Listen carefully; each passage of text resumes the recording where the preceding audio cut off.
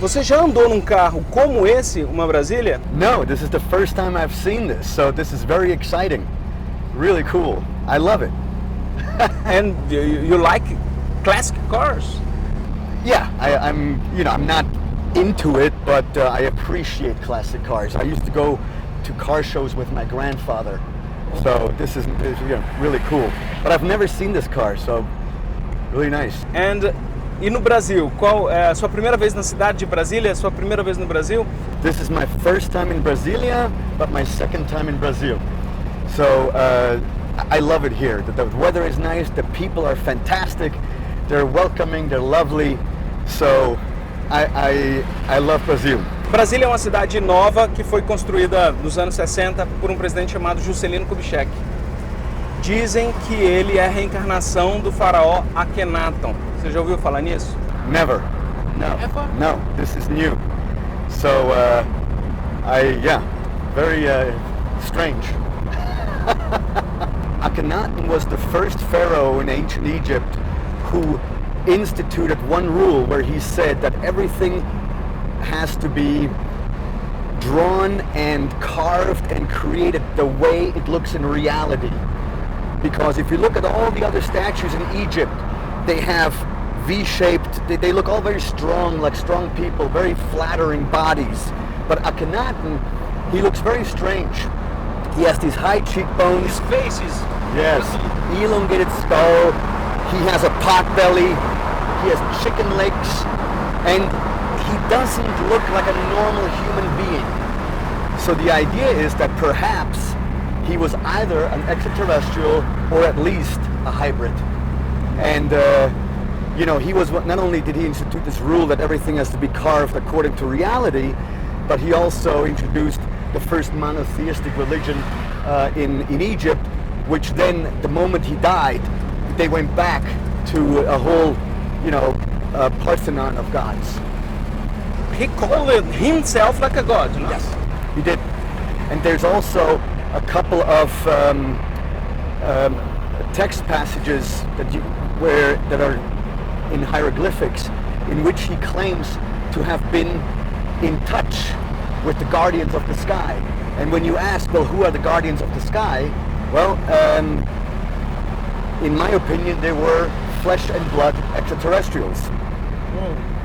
E sobre os ETs que já passou, os casos de OVNI, casos de UFO no Brasil. Brazil is one of the top 5 countries that has an open mind about UFOs. Because in Brazil, it was a few years ago, in 1954, was the first country in the world that had an actual study going on into the investigation of UFOs. Now, what I talk about mainly is ancient astronaut stuff. I am interested in modern UFOs also, but my specialty is in the past. There is a stone de lo Inga, Pedro de lo Inga, and on there you have these very strange carvings, and to this day nobody knows what that is. It's very, very ancient, and the writing on the stone is very similar to Easter Island. So who knows if there was some type of a connection. Como você se interessou por esse tema? Porque sua formação é comunicador. Você fazia eventos de luta. Como é que chegou nos alienígenas? Right, yes.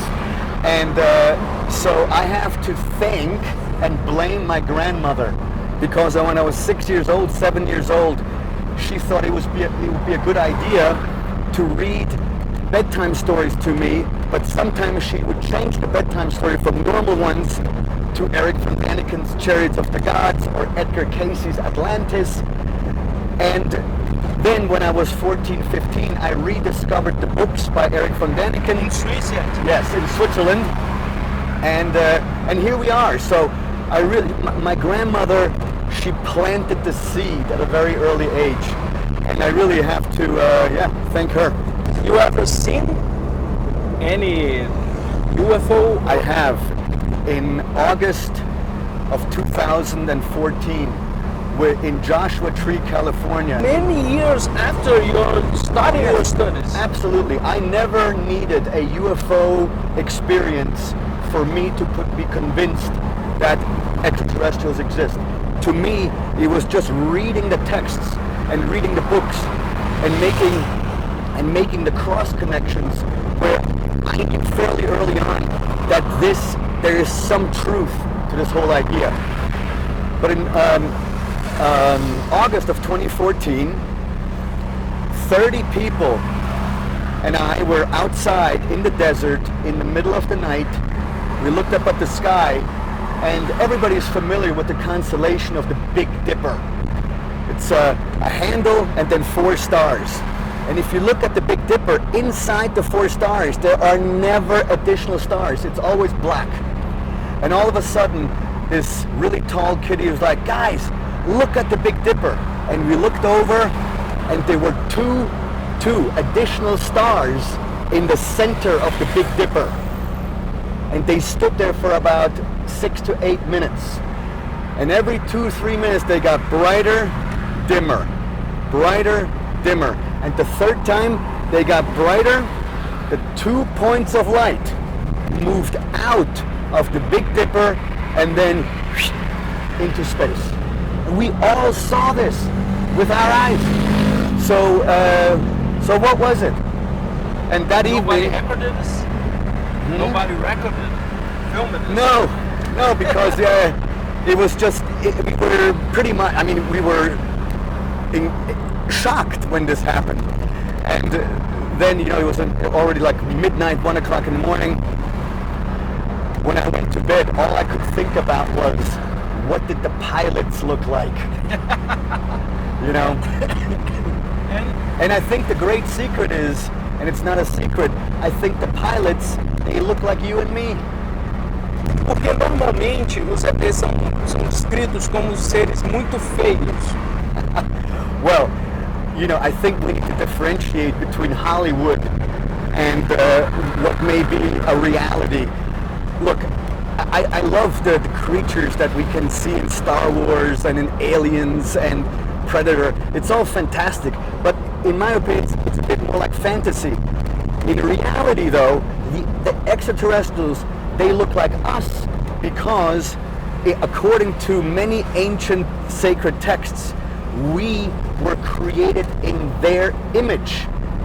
So, I think that when they come down and the door opens, we will look at ourselves in the mirror. And so, not to say that, my mentor and colleague Eric von Daniken, he always says, I am sure that there are planets with flying elephants, but we don't come from that planet because there is no flying elephants here. We come from a planet with people like you and me. Será que não poderia ser uma espécie de máquina do tempo, né, viajantes do espaço? Very, very interesting question and very good observation. I have been often asked, is it possible that the ancient astronauts are us from the future? And that's an interesting idea, but I'm very familiar with the ancient texts. And whenever our ancestors asked those beings that came from the sky, where do you come from? They never said that we are you from the future. They always say, we came from the stars. So I actually have a challenge out there. Anyone who's listening, if you can find the passage where it says, it is us from the future, then I will congratulate you. But so far, the passage does not exist. So I think it's extraterrestrial and not time travelers. Also, from a physics perspective, the energy requirement to travel through from star to star with a spaceship is infinitely lower than the energy requirement for a time machine. The energy requirement for a time machine is huge. So Michio Kaku said that before we invent a time machine, we will have colonized the galaxy 10 times over because it's much easier to do. And Jesus Christ was an alien? No, I don't think so. Look, in the 70s, there was a book called Was Jesus an Astronaut by Gerhard Steinhäuser. And it's an interesting concept, but personally, I think he was a very good human being who was able to move the masses into something positive. But I don't think he was an alien, no, personally. There are some people who think so, but I don't know. Os alienígenas atualmente, eles vivem entre nós? Who knows? Hey, it's possible.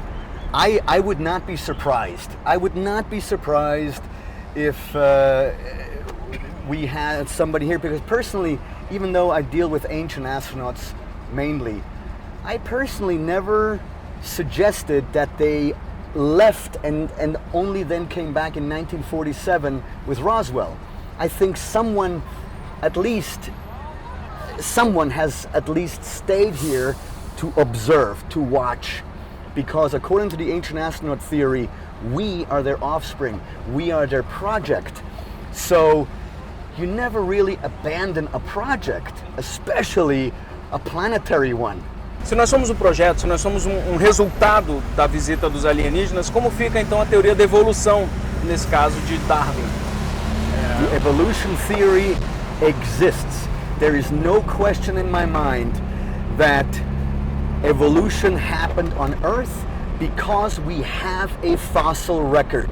We can prove that we had previous human ancestors before us, before Homo sapiens, but we can also prove that only Homo sapiens is the one that kind of won in the end.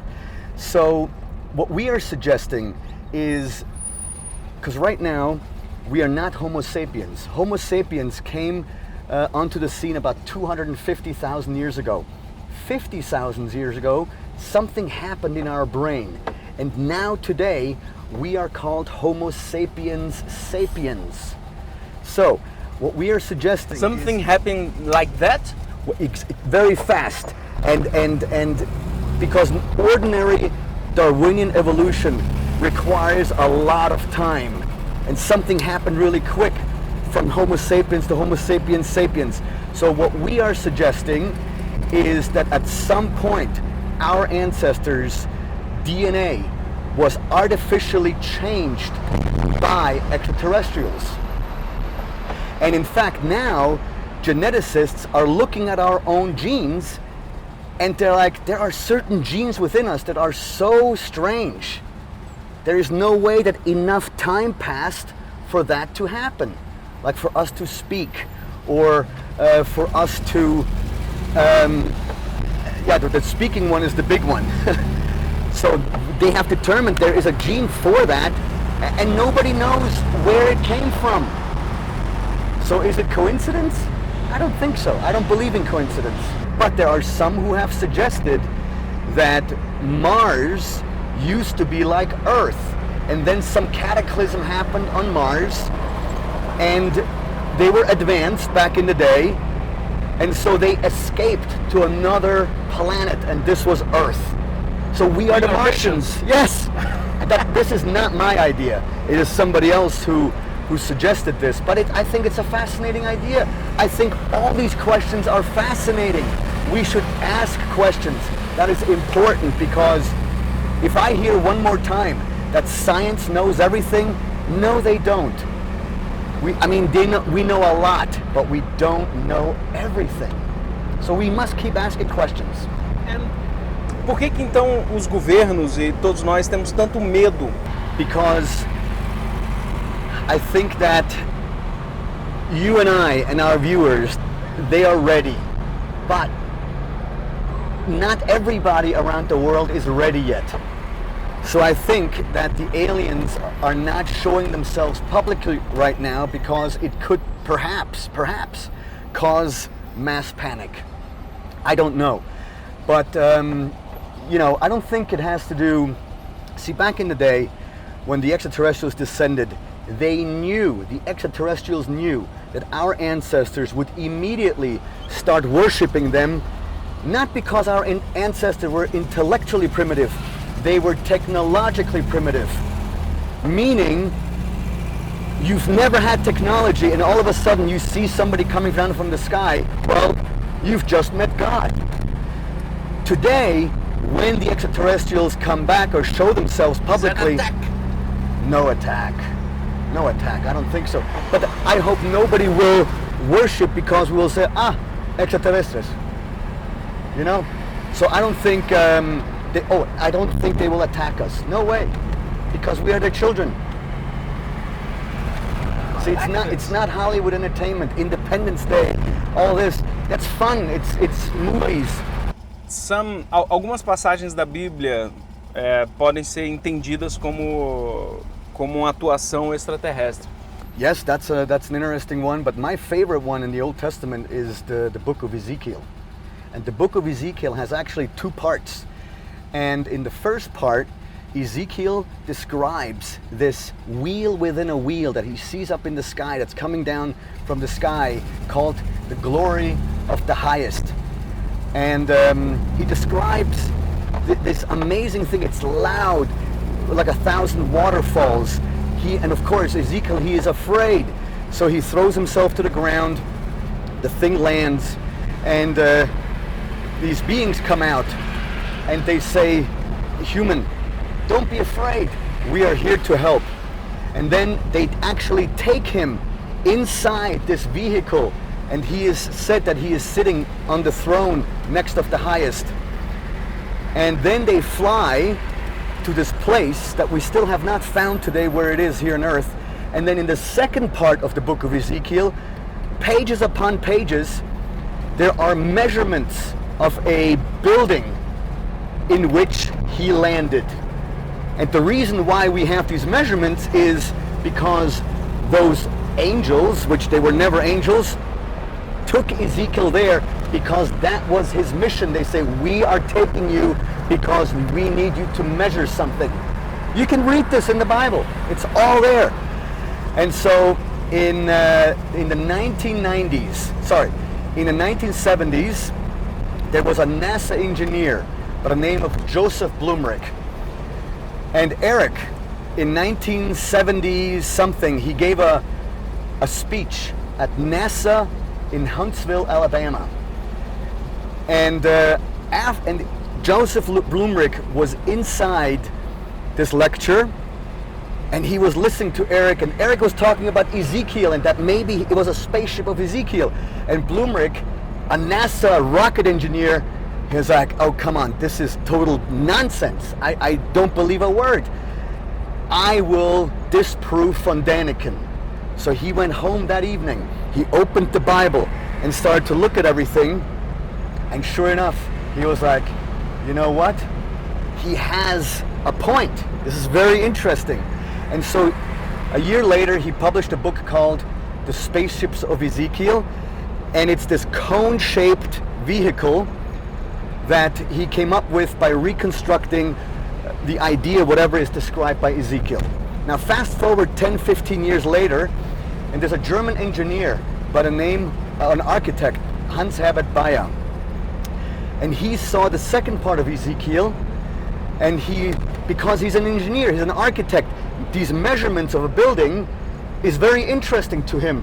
So he was like, what would happen if I draw everything that is described in the Bible? What does the building look like?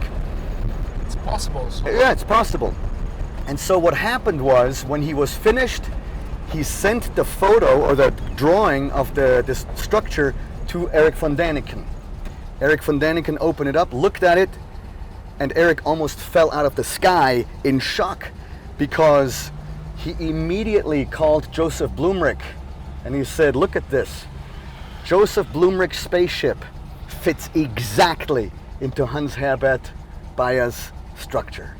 So that, in my opinion, and also in Eric's opinion, is a proof by indication. You can win a court of law in this. That is proof.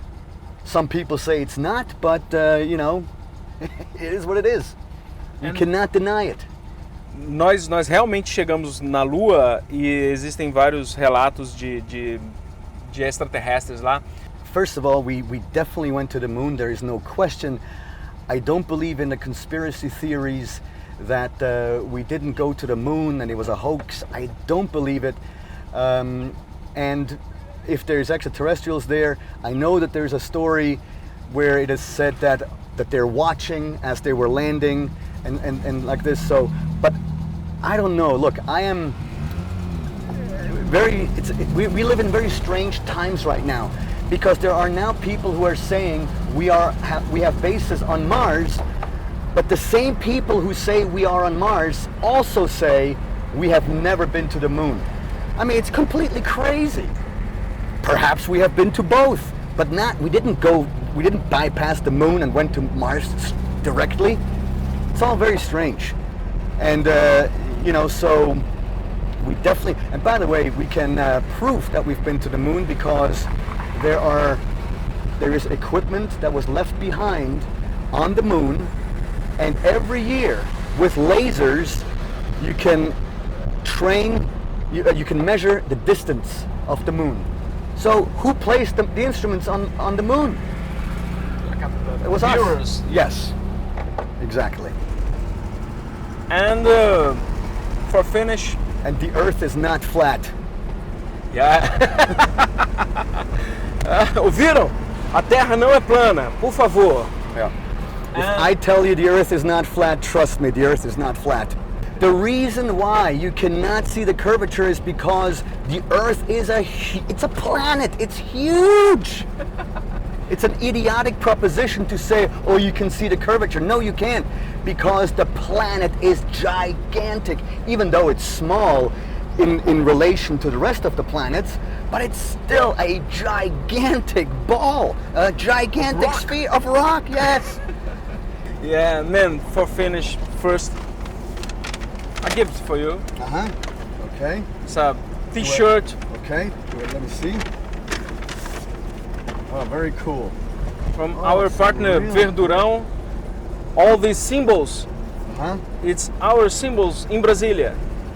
That's the stadium, yes? No, it's the church. Uh-huh. It's a church, it's a bike, but we call this camelo. Camelo. It's our flag, and the design for the city, it's like an airplane, and cobogos, it's like a brick, cobogos, and ipe, the very, very beautiful tree. Beautiful. Well, thank you very much. And really finished, I make this hair just for you. And you came here with this hat. You know, the hair is sleeping at the moment. It was a long night last night, and traveling is always crazy. So I just throw on a hat and just go. So next time. Okay. So, please say aliens. Aliens. Thank you, Giorgio. Daniel, this was a great pleasure. Thank you. Very happy. Obrigado.